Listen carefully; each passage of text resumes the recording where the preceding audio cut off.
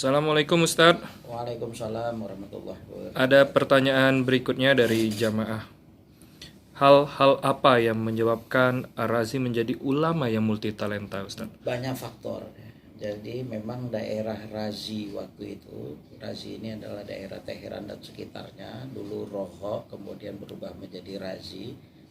Itu adalah memang dari situ banyak lahir para pemikir muslim terkemuka ya, Abu Bakar Zakaria Ar-Razi, Ibn Nafis Ar-Razi, Abu Bakar Al-Jassas Ar-Razi, Humaid Ar-Razi, Kutubuddin Ar-Razi, Fakhruddin Ar-Razi dan sebagainya. Jadi dari daerah situ aja itu memang lahir ya. Cuma Razi ini seorang Sunni ya, bahkan masih keturunan kepada Abu Bakar radhiyallahu anhu ya, orang Quraisy, tapi berpindah ke Razi. Awalnya ayah kepada kakeknya masih tinggal di Mekah ya. Kemudian pindah ke Tabaristan, kemudian pindah ke Razi Rey ya. Itu satu faktor ya. Artinya dari situ udah memang lahir. Jadi memang kota yang di situ banyak juga para pemikir muslim terkemuka ya.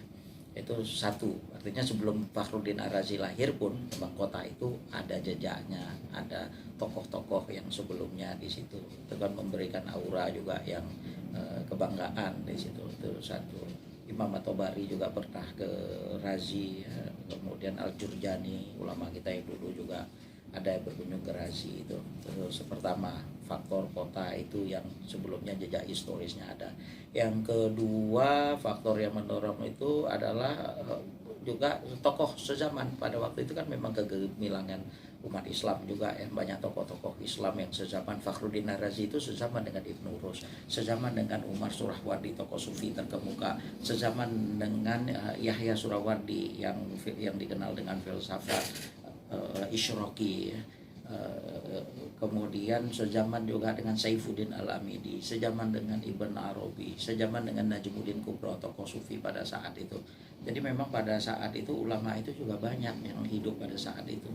Nah, itu juga memberikan satu, dan diantara mereka ketemu Fakhruddin Ar-Razi ini teman satu kelas kepada Yahya Surawardi itu ketika berguru di Maroko kepada Majiduddin Al-Jili. Kemudian Surawardi, Umar Surabadi, Abu Hafiz Umar Surawardi, seorang sufi terkemuka, menulis surat kepada Fakhruddin Ar-Razi. Begitu juga Ibn Arabi menulis surat kepada Fakhruddin Ar-Razi. Jadi udah ketemu, ada yang mengirim surat begitu. Artinya itu kan satu aura yang sangat positif. Yang ketiga, Fakhruddin Ar-Razi ini digembleng oleh ayahnya. Ayahnya juga seorang ulama yang sangat terkenal di Masjid Rey waktu itu, adalah nama ayahnya adalah Umar. Nah, jadi ayahnya itu bukan sembarang ayah. Dia juga sebagai seorang ulama yang memberi pengaruh besar kepada pemikiran Fakhruddin Ar-Razi. Yang Fakhruddin Ar-Razi kalau ulum anabihi ya, belajar ilmu itu pertama dari ayahnya. Dan ayahnya itu punya sanad itu sampai ketika belajar ilmu akidah kepada Al-Asy'ari, ketika belajar dalam masalah fikih itu sampai kepada Imam Syafi'i itu pengaruh yang besar karena punya guru yang bersanad, dan tradisi sanad itu sangat penting dalam tradisi pendidikan Islam. Nah, kemudian faktor yang lain itu adalah Fakhruddin Ar-Razi juga sendiri seorang yang memang berbakat, minat, punya kualitas, punya kemampuan intelektual ya. Dan itu adalah anugerah yang Allah berikan kepada dia. Dia mengatakan ma'udzina li fi tadris ilmil kalam hatta hafiztu 12,000 waraqah.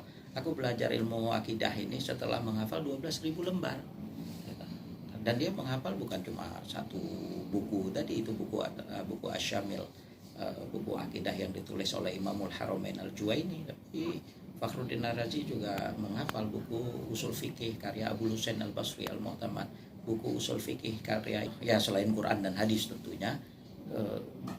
Itu punya kemampuan, dan dia sangat produktif. Dia sendiri pernah ya, aku menulis segala sesuatu ya, benar salah dan lain sebagainya, itu semua dia tulis. Maka dia karyanya sangat banyak ya, lebih daripada 100 judul, yang satu judulnya juga bisa sampai 30 jilid, bisa belasan jilid ya, bisa berjilid-jilid dan lain sebagainya. Jadi ini diantara faktor. Dan kemudian dia juga banyak pengalaman, menimba pengalaman berjalan ya, rihlah ilmiah ya, yang itu ke Al-Bilad Mawaro An-Nahar, negeri-negeri di balik sungai Oksus, sungai Amu Darya sekarang namanya itu. Itulah daerah Bukhara, Samarkand, Tajikistan, Uzbekistan, Turkmenistan, itu sampai, bahkan dia sampai ke India, dia sampai ke, meninggalnya dia di Herat di Afghanistan, dia sampai ke Pakistan. Jadi banyak luas pengalaman perjalanan yang di situ dia berdebat dengan tokoh-tokoh terkemuka pada zamannya di daerah-daerah sini. Ini semua mendorong, membentuk jiwa dia menjadi seorang ulama yang multi talenta, ulama ensiklopedis.